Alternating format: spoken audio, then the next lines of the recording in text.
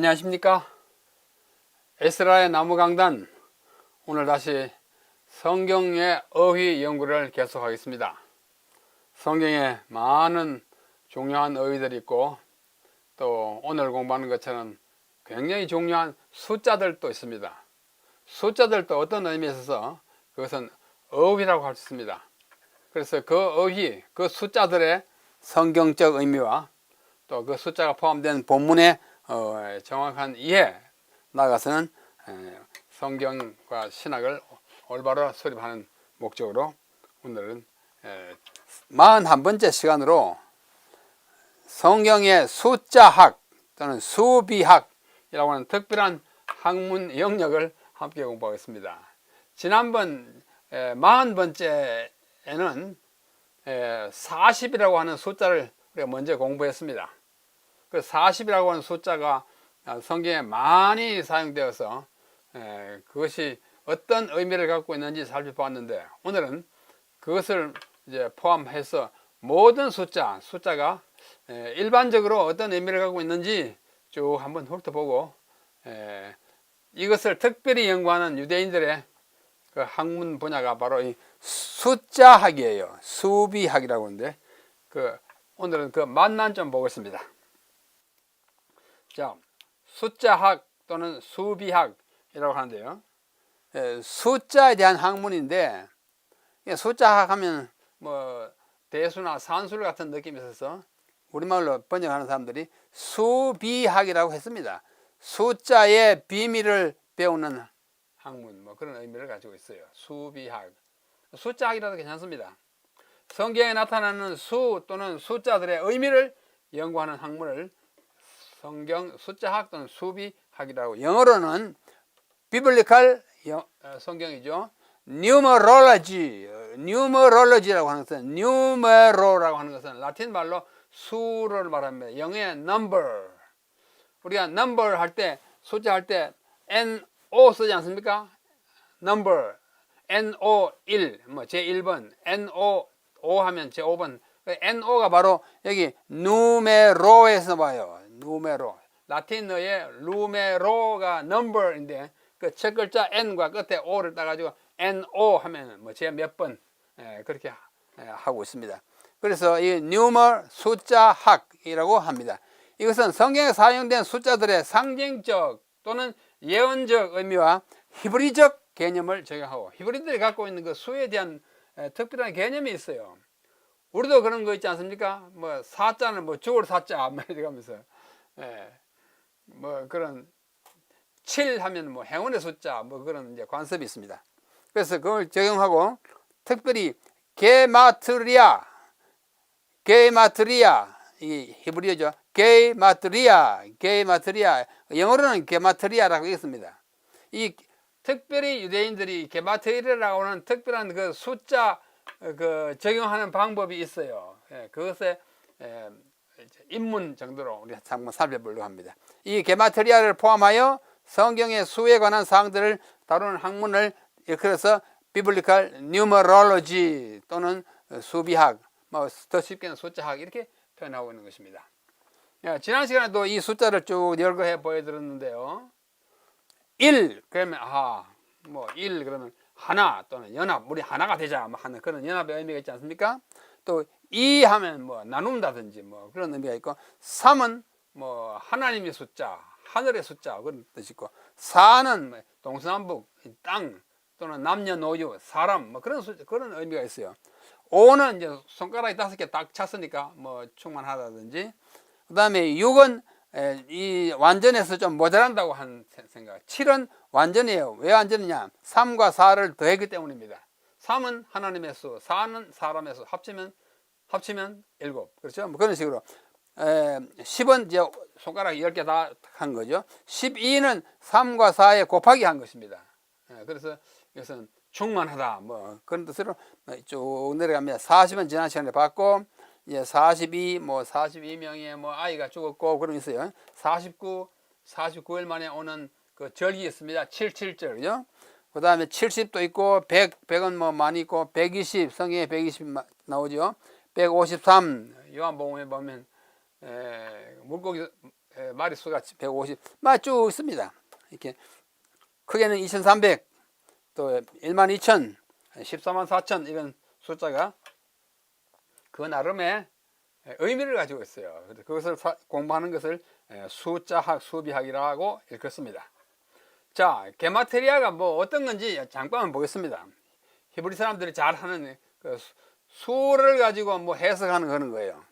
게마트리아라는 옛 이스라엘의 전통적인 수비학으로서 뉴머롤로지, 숫자 가지고 하는 학문이에요. 히브리 문자들의 그 문자를 가지고 숫자로 환산합니다. 좀 이상해요. 그래서 치환, 나타내는 것인데요. 그걸 바꿔가지고 넣었어요. 주술적 의미, 조금 뭐랄까요? 주술 아시죠? 뭐 이렇게 뭐 말을 하면 뭐 그것이 뭐 힘을 발휘하고 하는 그런 주술적 의미를 부여하거나 또 문장을 암호화하던 방법을 좀 이따 제가 설명해 드리겠습니다. 특히 중세의 유대교 중에 신비주의라는 것이죠. 영어로 mysticism. 이 신비주의 유대인들이 있었는데 이 신비주의자들은 모든 단어를 아주 신비하게 숫자로 이렇게 암호화했습니다. 그렇게 한 사람들 하는 일을 카발라라고 그래요. 카발라.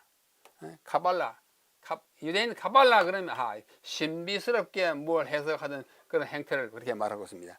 이 카발라에서 글자를 감추기 위해서 애용되었고 또 구약 등 경전이나 종교적 텍스트에 숨겨진 내용을 발견하고 재해석하고자 하는 일련의 노력을 다 포함해가지고 게마트리아라고 말합니다. 자, 어떤 이름이 있다. 그 이름에 글자에 숫자가 있어요. 숫자를 넣으면 뭐뭐이다. 뭐 이런 식으로 해석을 했습니다. 성경 해석에도 많이 적용했는데 너무 좀 과도한 것이라고 볼 수 있죠. 한편으로 게마트리아는 히브리어 알파벳이 나타내는 숫자들로서 단어들이 지닌 뜻을 풀어 성경을 해석할 때 이걸 많이 적용했어요. 그러나 우리 유대인 카발라 이 신비주의가 아닌 유대인들과 일반 그리스도인들은 이것이 좀 지나치다, 너무 그 암호화했다는 그렇게 생각하면서 그걸 받아들이지 않고 있습니다. 그러면 이 게마트리아라는 말이 어디서 나왔느냐? 어원을 한번 따져보는 거예요. 예, 학설이 한 3개 있어요. 중요한 학설이. 게마트리아는 첫째, 게오메트리아라고 하는 헬라어에서 왔다. 게오메트리아는 영어의 geometry, 기하라는 것은 도면의 넓이와 뭐 부피 이런 거 재는 것을 기하학이라고 하지 않습니까? 일반 대수에 반대되는 말로 기하학. 그렇게 기하학이라고 하는 게마트리아에서 왔다는 학설이 있습니다. 히브리어로 게마트리아로 헬라어가 역어로 사용되었다. 그렇게 음력되었다. 이렇게 생각하는 사람입니다. 그러면 기하학하고 이 수비학하고 무슨 관계가 있나? 그 관계가 좀 그렇게 썩 적당하지가 않습니다. 발음이 비슷해서 그렇게요. 둘째는 헬라 그람마테아라는 그람마라는 글자이고, 그람마테아는 글자를 쓸 줄 아는 법을 그람마테이아라고 그래요. 영어로 하면 knowledge of writing, 글쓰기를 아는 것, 그람마테이아이다. 그건 조금 뭐 이제 문자를 가지고 숫자화하고 숫자를 문자로 바꾸니까 그람마테이아는 조금 해당이 되지 않나 그렇게 생각합니다. 그래서 그람마테이아는 쓸 줄 알기, 기록할 줄 알기라는 그람마테이아에서 왔다는 학설이 있어요. 아마도 이것과 두 합쳐가지고 뭐 그 게마트리아라는 말이 나오지 않았을까 추측하기도 하고, 또 어떤 사람은 헬라 감마는 알파, 베타, 감마, 델타 할 때 A, B, C 할 때 세 번째 그래 감마예요. 그 글자 이렇게 생겼습니다. 대문자는 이렇게 생기고 소문자 이렇게 생겨요. 그래서 알파벳의 세 번째 글자에다 트리아를 더해가지고 감마 트리아다. 이거 좀 어거지같이 보입니다. 확실하게 보이지 않아요. 그래서 이것을 받아들이는 사람은 별로 없고, 하여튼 어떻게 하든지 간에 이 비슷한 것에서 그들이 사용하는 게마트리아라고 하는 용어가 나온 것은 사실입니다. 그걸 그렇게 이해하고 넘어가겠습니다. 자, 어떻게 이 글자를 숫자로 하는가 한번 실제적인 그 방법을 이제 보여드리겠습니다. 히브리어 알파벳의 각 글자는 영어로 하면 A, B, C, D 각 글자, 히브리 말로도 알렙, 베이트, 기멜, 달렛 각 글자가 아래와 같은 수라 나타낸다고 했어요. 알레프 첫 글자로부터 테이스 아홉 번째 글자까지는 1, 2, 3, 4, 5, 6, 7, 8, 9 요게요. 알렙, 베이트, 기벨, 달렛, 해, 와우, 사인, 헤이, 테이스 이게 1, 2, 3, 4, 5, 6, 7, 8, 9를 가리키고 그 다음 열 번째 숫자 요드로부터 짜대 노란 글자입니다. 요드, 카프, 라메, 맴, 눈, 사메, 아인, 페이, 짜대까지는 10, 20, 30, 40, 50, 60, 70, 80, 90을 가리키고 여기 알파벳 글자입니다. 히브리 알파벳은 22자예요. 22자입니다. 그래서 그 다음에 여기 마지막으로 있는 네 글자 코프로부터 이게 코프고 레신 타브예요. 타브까지 네 글자는 100, 200, 300, 400이다. 이렇게 가리키는 것이 맞습니다. 지금도 그렇게 사용해요. 그들이 아라비아 숫자인 우리가 쓰는 숫자 1, 2, 3, 4를 사용하긴 하지만 자기들대로 또 이 숫자도 겸용하고 있어요. 그렇죠? 그래서 가령 11 하려면 10요드하고 알레프 써가지고 11 이렇게 해요. 그 다음에 120 하려면 100이 어디예요? 100 코프하고 20은 카프입니다. 요게 이렇게 쓰면 120 이렇게 돼요. 아시겠죠?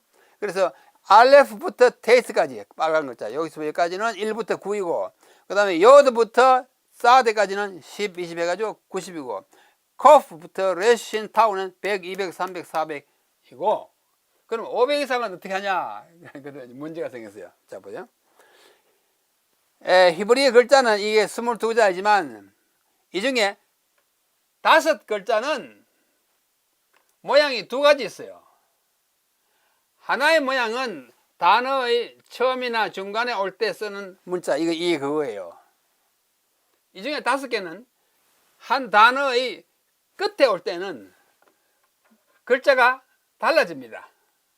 그 5개가 뭐냐면 요거예요. 달렛, 맴, 눈, 페이, 짜데예요. 요게 5개는 원래는 요것의 뭐냐면 어말형입니다. 어말형이래요. 어말형. 어말이라는 것은 단어의 마지막에 올 때 이게 카프예요. 카프인데 원래는 카프가 요거예요. 근데 이 카프가 단어의 끝에 올 때는 카프가 이렇게 되지 않고 이렇게 쭉 내려가지고 이게 카프가 됩니다. 제가 아까 달렛가 이게 달렛은 요거예요. 요거 달렛인데 요거 아니고 이렇게 저 긴 것은 요 카프의 어말형입니다. 그 다음에 요건 맴인데요. 맴은 요 맴인데요. 원래 이렇게 생겼는데 단어의 끝에 오면 이렇게 달라져요. 조금 다르죠. 그 다음에 요건 눈인데 요건 눈이에요. 영의 N 같은 거예요. 요거는 단어의 처음이나 중간에 오면 이렇게 생겼는데 단어의 끝에 오면 요것이 밑에 쏙 내려가요. 이렇게. 그 다음에 요거 페인데요. 요 페인은 영어의 B 같은 것인데 요것이 단어의 처음이나 중간에 오면 이렇게 생기고 단어의 끝에 오면 요것이 쏙 내려가 버립니다. 이렇게 해가지고 꼬부러지지 않고 쏙 내려가요. 그 다음에 여기 짜대인데 짜대는 단어의 처음이나 중간에 오면 이렇게 생겼지만은 단어의 끝에 오면 이렇게 해가지고 내려버려요. 이걸 어말형 몇 개냐? 5개. 5개의 글자에는 어말형이 있는데 그 어말형을 순서에 따라서 커프, 맴, 눈, 페이, 사드를 500, 600, 700, 800, 900으로 숫자화합니다. 아시죠? 자, 그래서 어말형은 원 글자와 같이 원래 이 카프는 4이고 그 다음에 맴은 40이고 그 다음에는 50이고 그 다음에 80, 90인데 가지지만 원래 값은 그 큰 글자일 때 그러나 어말형이 될 때는 요 카프가 이렇게 생기면 500을 여기 맴이 이렇게 끝에 오면 600을 눈이 이렇게 생기면 700을 페이가 이렇게 생기면 800을 사대가 이렇게 생기면 900을 가리키기도 해요. 그래서 1부터 900까지를 다 가지고 있습니다.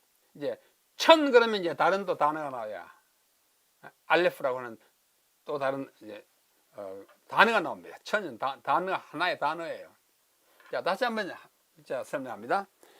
알레프 베이스 기멜 달렛 헤우 바우 사인 헤 테스까지는 1, 2, 3, 4, 5, 6, 7, 8, 9이고 그 다음에 나오는 10번째는 요드 코프 라멘 맴눈 사메스 아인 페이 짜데는 10, 20, 30, 40, 50, 60, 70, 80, 90이고 나머지 네 글자 코프 레신 타울은 100, 200, 300, 400인데 500부터는 어말형 5개에다가 어말형이 5개예요.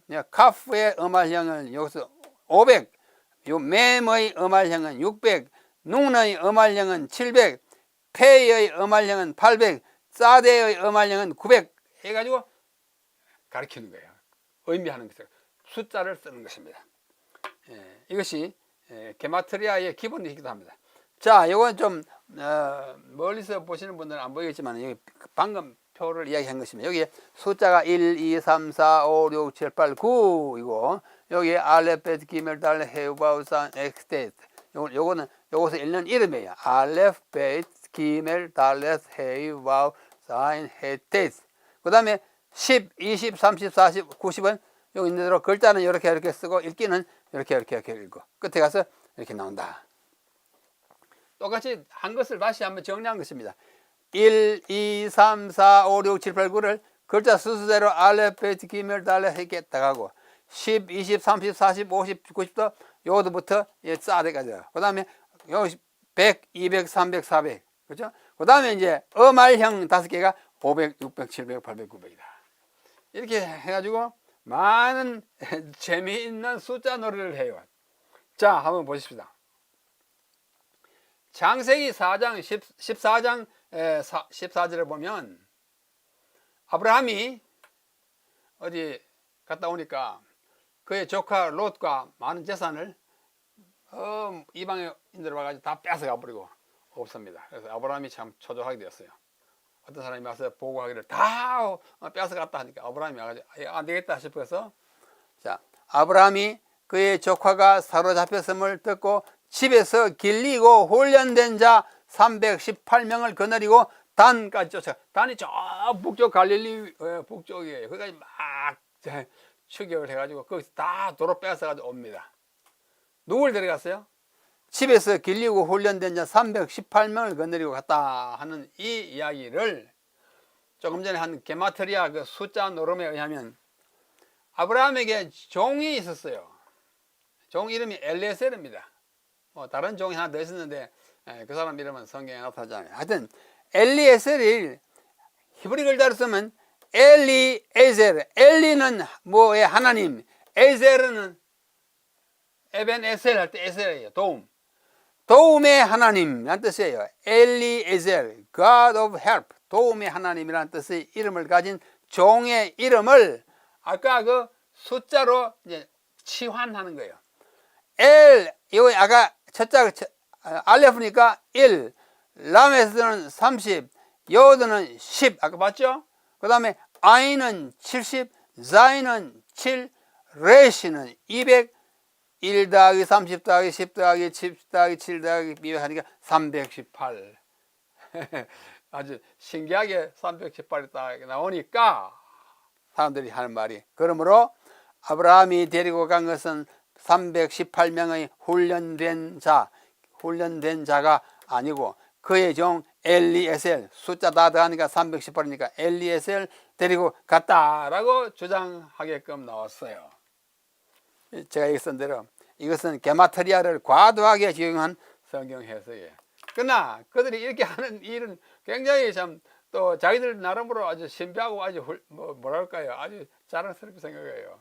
그러나 그것은 너무 공교롭게 해석한 것이라는 비판을 넣지 못합니다.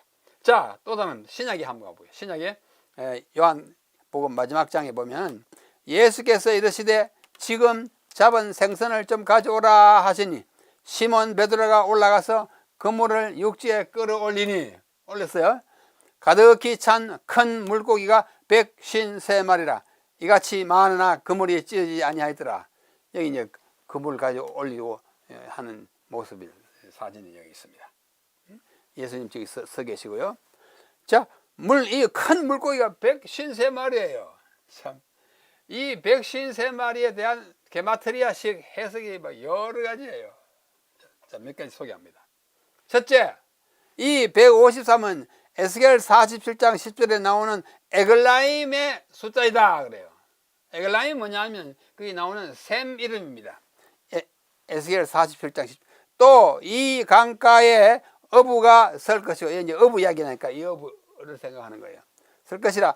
엔게디에서부터, 엔게디는 게디라고 하는 샘이에요. 그래서부터 에네글라임, 에네글라임은 엔에글라임이에요. 엔에글라임을 붙여서 읽으면 에네글라임 되잖아요.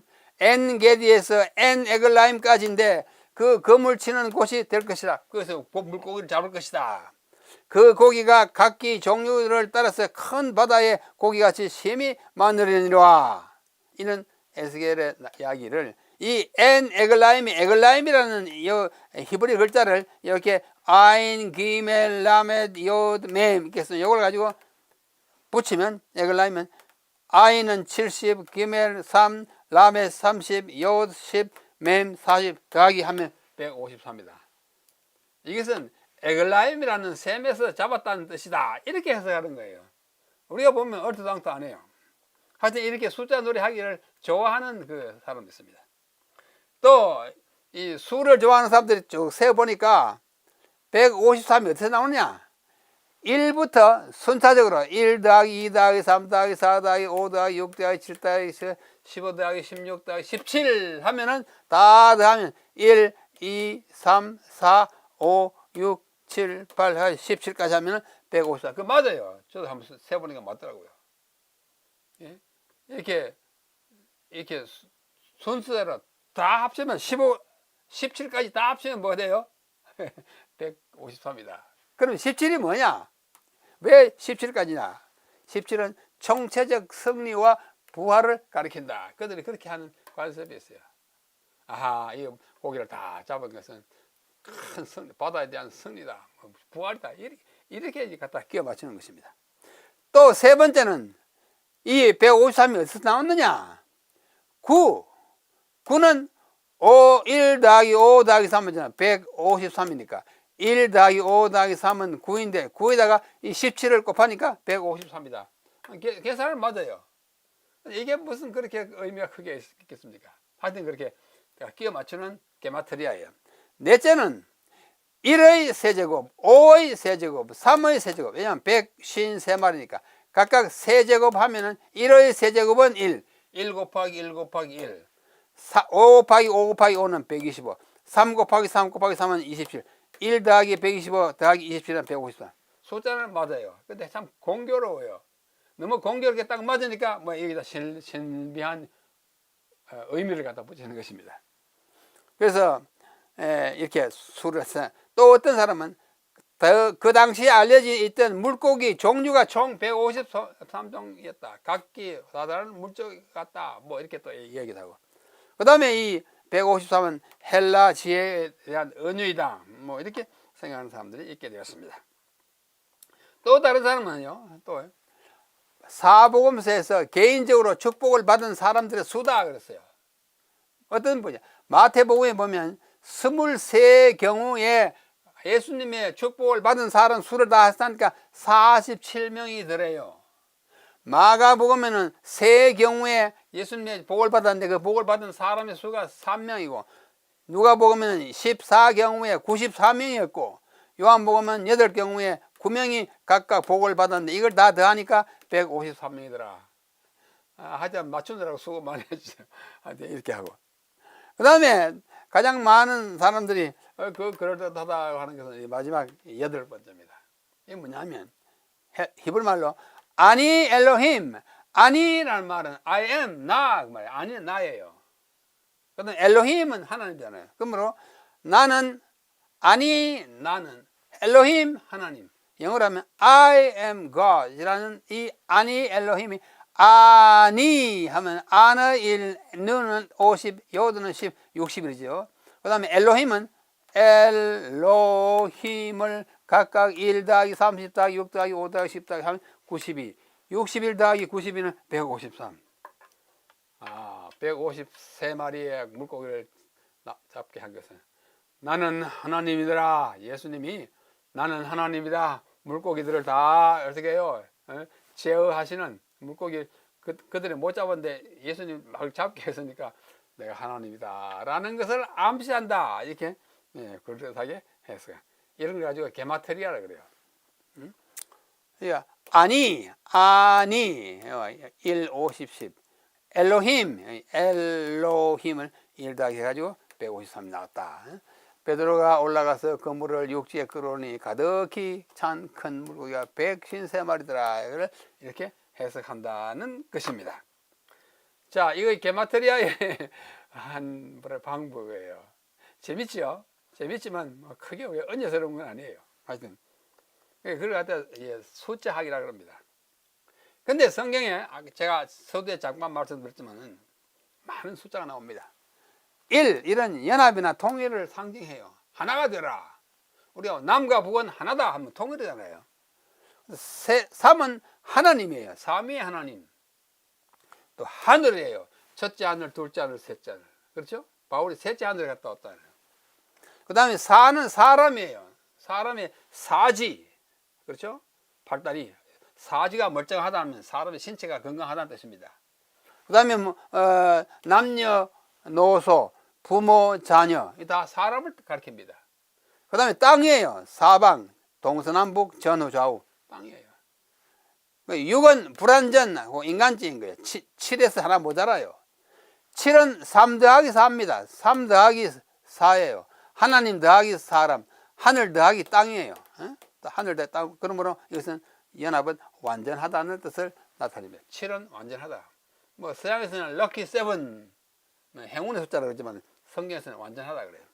그 다음에 10은 5 더하기 5니까 온전하고 충만한 거고, 100은 10 곱하기 10이니까 온전해 온전이고, 1000은 10 곱하기 10 곱하기 10이니까 충만해 충만해 충만이고, 12는 아까는 3 더하기 4는 7이고 3 곱하기 4는 10이니까 총체적인 전부를 뜻합니다. 12지파, 12사도 뭐예요.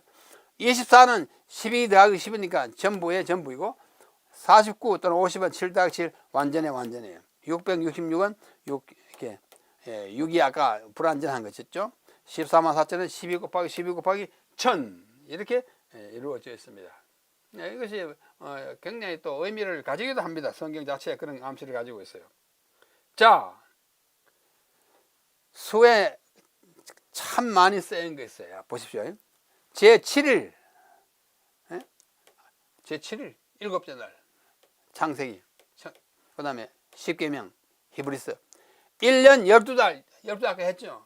3 곱하기 4잖아요 12방백, 12기둥, 12지파, 12돌, 12덩이, 12관장, 12마리 소, 12마리 사자, 12제자, 12사도, 12바구니, 12영, 12별, 12문, 12기초석, 12실과 등등 12가 많습니다. 이거 뭐 원인은 이렇게 된 거 아니에요. 상징적인 의미가 분명히 있다고 보입니다. 그 다음에 666이 나오죠. 666이 성경에 3번 나와요. 요한계시록에 한번 나오지만 660 달란트도 여기 나오고요. 그 성소 질 때. 그 다음에 660명 뭐 인구 숫자 쓸 때도 나오고 14만 4천 이런 것들이 참 의미를 가집니다. 또 보십시오. 암양 새끼 7마리, 암소 7마리, 이삭 7개, 해 7해, 7번, 7등잔, 7단, 7수양, 7 어린 양, 7 양강나팔, 7대, 7강줄이, 7교회, 7별, 7등불, 7뿔, 7눈, 7인, 7나팔, 7우레, 7머리, 7재앙, 7대접. 참 많이 나와요. 이게 다 의미가 있어요. 7에는 숫자의 의미 때문에 이렇게 많이 쓰인 것입니다. 그 다음에 40, 88, 지난 시간에 공부했잖아요. 제 40번째 강의, 40번, 80번 나온다고 그랬습니다. 88번이요. 그 다음에 42개 합쳐가지고 90번 나온다고 그랬어요. 그 다음에 24 보호자, 24 장로, 24 반차, 많이 나와요. 이런 것들이 성경을 해석하는데 상당한 의미가 있고, 또 그 나름의 이유가 타당하다고 생각이 듭니다. 이렇게 다 갖다 얼려 맞추면 되지 않지만, 왜 그렇게 했을까? 특별히 성소와 관련해서 이 숫자의 의미가 참 돋보이는 것입니다.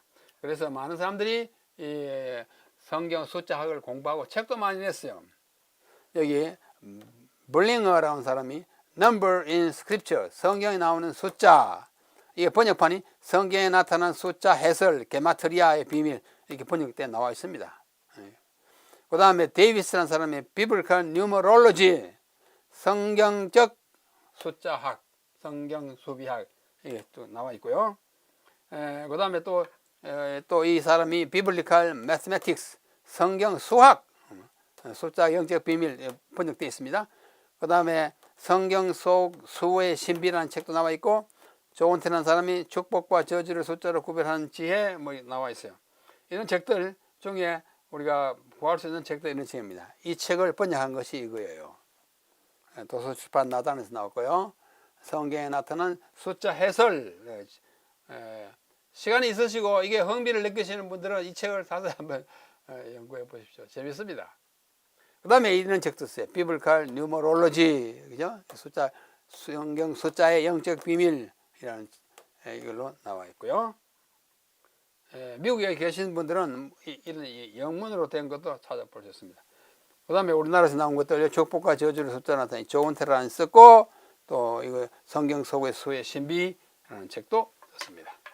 제가 오늘 이와 같이 잠깐 안내해 드리는 것에 불과합니다만, 관심 가지신 분들은 더 연구하시고, 성경을 이렇게도 해석하기도 하고, 숫자가 성경에 이만큼 많이 동일한 숫자들이 기록 사용되었다는 사실을 염두에 두면서 성경을 보실 때, 아, 이 숫자가 무슨 의미가 있겠구나, 너무 과도하게 갖다 이렇게 집어넣지는 말고요. 그렇게 하면 성경 예언과 상징을 이해하는데 약간의 도움이 되리라고 생각합니다. 오늘 성경의 숫자학, 수비학에 대한 아주 간단한 인문 소개를 해드렸습니다. 성경에 많은 숫자들이 나와서 그것이 또 하나의 어휘처럼 우리에게 다가오기 때문에 오늘 여기서 이렇게 다뤘습니다. 다음 시간에 또 다른 어휘로서 여러분을 뵙겠습니다. 안녕히 계십시오.